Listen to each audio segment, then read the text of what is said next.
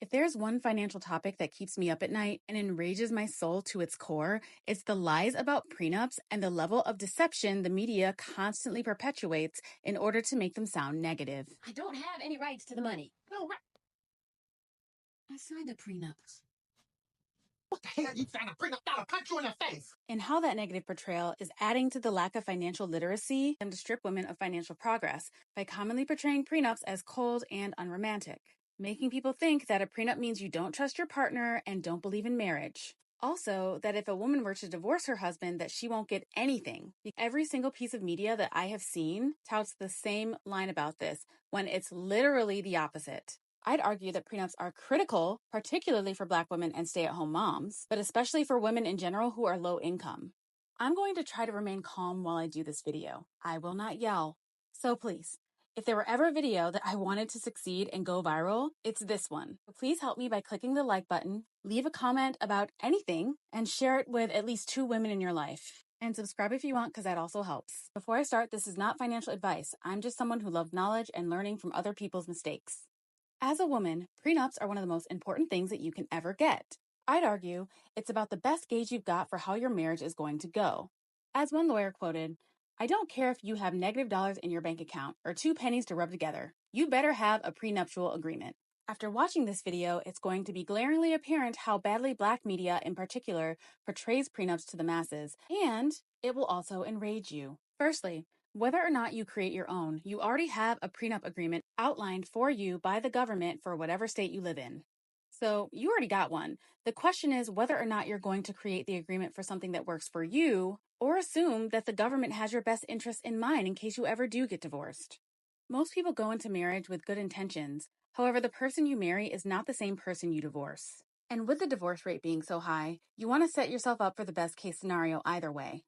Another common misconception is that prenups are only for rich people. I'd argue that they're more important for people with little financial assets, as you can protect what financial progress you've worked so hard to achieve, or at minimum avoid more debt acquired by a spouse before or during the marriage. If protection from crippling debt isn't enough of an incentive, a prenup does not have to be expensive to create, as you can draw up a document and have a notary sign it. You can also put all sorts of things in it to protect both you and your partner's self-interests. You can even look on one of those legal sites that have those pre-written contracts, add or take away whatever you want, and have an attorney give it a once-over before anybody signs anything. The common issues that people have with prenups is that they don't read the fine print because they're too in love, or they don't get proper representation to read the terms, or they don't negotiate it and sign whatever, only to find that years later they got screwed. If this is the case, the core of the issue is that you don't have a partner who respects or values you, not the fact that they put that fact in writing and you were not intelligent enough to read it. Remember in Sex and the City, when Charlotte was negotiating her prenup with Trey, and she didn't think that the payout in the contract assessed her value properly? Between Charlotte and Trey, the conversation was very civil. The issues came up with Trey's mother, which was also one of the main points of contention in Charlotte's marriage. Which brings up a topic that I'm going to touch on later, because how that prenup negotiation goes is definitely an indicator for how your marriage is going to go. And ultimately, even though Charlotte ended up getting what she wanted from the prenup, once she got divorced, it was still pretty bitter thanks to Bunny. Now, could you imagine what that divorce would have been like if Charlotte hadn't had such an ironclad prenuptial agreement? So you're probably asking yourself, if prenuptial agreements are really, really important for everyone to have, why would they lie about it so heavily in the media? Well, in case you didn't know, divorce is big business with a capital B-I-G. So much so that it's its own GDP for several different industries, including your state and local governments. For comparison, the GDP of some smaller U.S. states like Vermont or Wyoming is also around this range. And I'd argue that it's way bigger because it's hard to include all the different industries that divorce impacts. A rough estimate for the economy activity generated by divorce in the U.S. could range from $15 billion to $30 billion annually. If that's what the stats that they're telling us say, I would probably guess close to $1 trillion, depending on the inclusion of various sectors and the level of expenditures associated with it. This doesn't include other indirect impacts like reduced productivity at work, childcare costs, or health-related expenses due to stress, which could push the overall economic footprint of divorce even higher. So trillions, maybe? I bet it's making a little sense to you why it's so quick and easy to get married, but very difficult in comparison to get divorced. That's because everyone needs their cut, baby. When people lack knowledge about financial tools like prenups, they are more likely to face financial instability after a divorce. This can increase reliance on government assistance and reduce economic mobility, indirectly benefiting businesses and government systems that thrive on predictable consumer behavior. Hear that, ladies? These systems thrive on predictable consumer behavior. They think we're sheep, because we kind of are, and they are going to continue profiting off of that if more people keep getting married without having prenups. And if you don't have one now, get a postnup.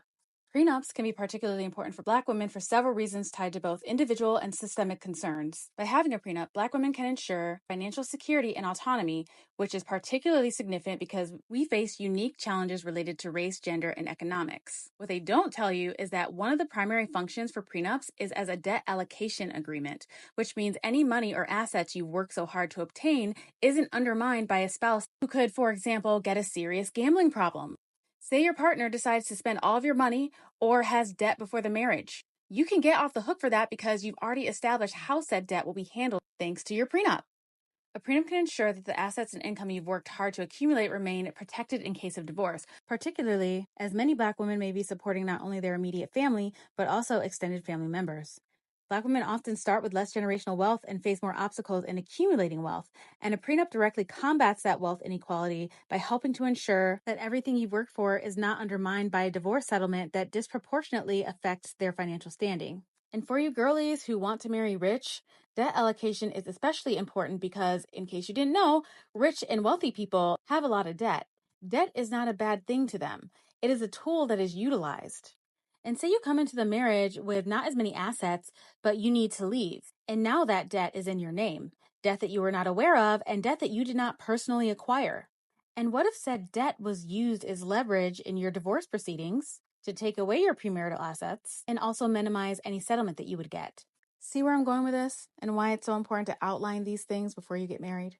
One of my favorite things about prenups is that they set clear expectations and they start a dialogue for couples about their future. I'd also argue that they're a good gauge for where your partner's financial priorities are. If you bring up the topic of a prenup and your partner flips out, to me, that is the financial equivalent of a groom smashing his bride's face in the cake at their wedding after a 2-hour makeup session. That should immediately put up red flags. A, because it means they are not financially literate, or they're kind of a dummy, which should give you pause, especially if you're planning to be a stay-at-home mom, or let your husband be in complete control of the finances. Any financially literate man would be impressed that you brought up the subject of a prenup, or at least not give you any grief about it. And B, because a man who loves you wouldn't get irrationally upset about opening up a simple conversation about your financial future together. And C, after presenting him with the information about why prenups are essential, if he's still throwing a hissy fit, you should consider running a background check on him, which I recommend for all women to do before getting married. Because if his reaction was this emotional, he could be trying to hide something. If you proceed to still get married with him after him having this reaction, and without having the prenup conversation, you're setting yourself up to fail. Because this conversation is going to be what every hard conversation will be like for the rest of your life. And this is when he's going to be on his best behavior. Prenups are a practical legal tool that promotes open conversations about finances, debt, and planning future goals. They protect both parties in case of unexpected circumstances. They are essential for family and future planning. And this should be especially empowering for Black women, especially because we tend to face societal pressures to deprioritize our own financial well-being in relationships. Do you plan to have children, or is your potential spouse bringing children into the marriage? A prenup can also help outline agreements around custody and inheritance for the children. You'll also be able to gauge whether or not your spouse expects you to financially support their children from a previous marriage and how much labor is expected of you. Also, if something happens to either one of you, you can clearly outline what happens in a worst-case scenario, which can be stressful enough on its own. So there are several myths surrounding prenups, often creating misunderstandings about their purpose of use. The first one is that prenups are only for the wealthy. As I said before, it's almost more important to have a prenup if you're low income, at least to protect yourself from other people's debt. They're useful for anyone who wants to clarify financial expectations, protect personal or family assets, or plan for future contingencies, like inheritance. Another misconception is that only men or the wealthier partner benefit from prenups. This is untrue, even though men historically have held more financial power. Prenups are designed to protect both parties regardless of gender. And one of the biggest myths that I'm going to dig into a little bit here is that prenups are only for divorce. And that is absolutely not.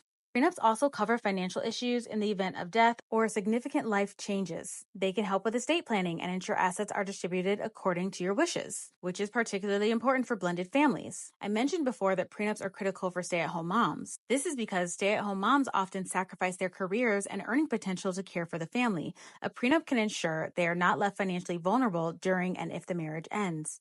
Prenups can specify terms for alimony, child support, and the division of assets, ensuring that a stay-at-home mom has financial security despite not having an independent income during the marriage. Additionally, prenups can be tailored to include provisions that recognize the value of non-monetary contributions, such as homemaking and child-rearing. For instance, clauses that protect future assets, retirement savings, and establish compensation for the years spent out of the workforce. Did you take a step back from working to be a stay-at-home mom?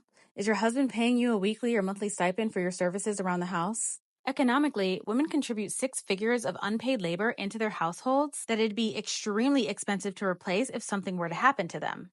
Is your husband at least contributing to your retirement savings during that time? See where I'm going with this? Without such agreements, this is why a lot of women may struggle to rebuild their financial footing post-divorce, or even if they stay in the marriage, especially if they have been out of the workforce for an extended period. By addressing these financial aspects in advance, stay-at-home moms can ensure that their long-term financial well-being is safeguarded, giving them peace of mind and helping them avoid economic disparities that often arise in traditional divorces. Trad wives, listen up. Another common myth is that prenups mean that you don't trust your partner. This is a common trope that I see in television and movies. And I'd argue that it's the opposite. Prenups are a practical legal tool that helps couples plan for the future and protect both parties in case of unexpected circumstances, not expecting the worst. Another trope that I see is that a prenup encourages divorce. It does not. Many couples with prenups never get divorced, but the agreement can prevent prolonged legal battles if they do. And they are not unromantic and are not relationship killers. These myths can prevent couples from seeing the true benefits, which are designed to promote transparency and fairness in financial matters. A lot of people also think that prenups are rigid and can't be changed, but they can be because life circumstances change, and couples can amend their prenup to reflect new realities such as career changes, having children, and accumulating new assets. And finally, a lot of people think that prenups are not enforceable in court for some reason, but they are legally binding if they are drafted and executed correctly. For a prenup to meet legal requirements, such as fulfill financial disclosure, being entered into voluntarily, and having equitable terms. So if there are all these benefits to prenups, why are we constantly being lied to about it in the media? Let's talk about who benefits and how. I mentioned before that prenups are big business, and many industries benefit greatly from people not having financial literacy and clear financial protections from prenups.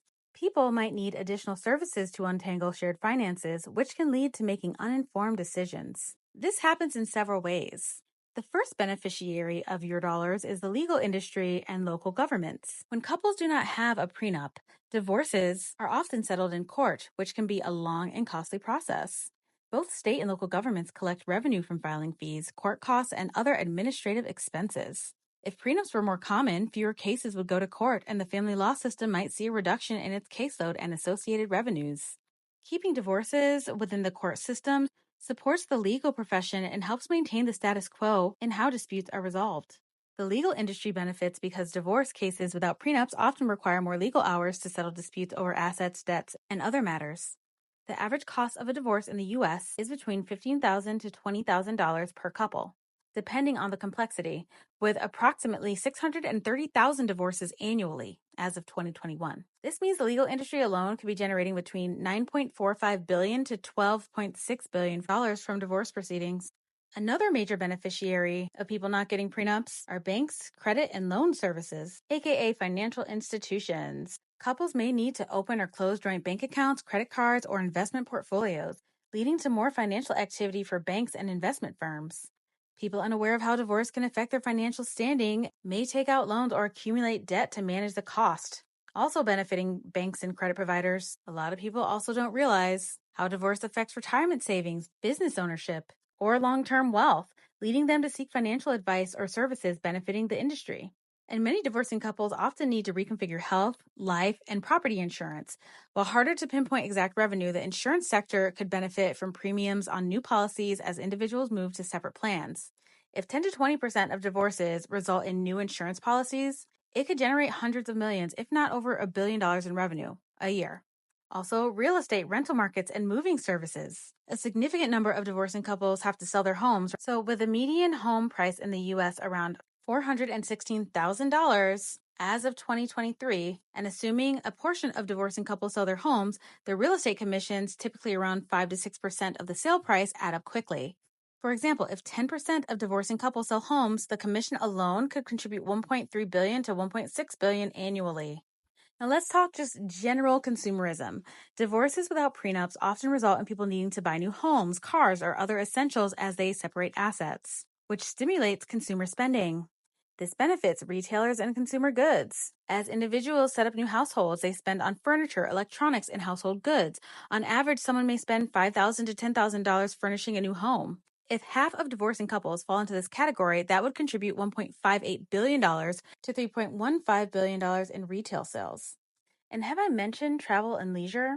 Because post-divorce vacations or divorce celebrations are becoming more and more common. If 10% of divorcing couples take trips with an average cost of $3,000 to $5,000 per trip, the travel and leisure industry could see up to $945 million to $1.58 billion in revenue from this alone. And finally, mental health services. Therapy and counseling services see increased demand during and after divorces, with average therapy sessions costing around $100 to $200 per session, and ongoing therapy often needed. This sector could contribute billions, if not more, annually. Because how many people do you think that are in therapy also are currently or have been through a divorce? So people, in conclusion, please get a prenup. In the U.S., nearly 40 to 50% of marriages end in divorce, and the financial fallout can be significant.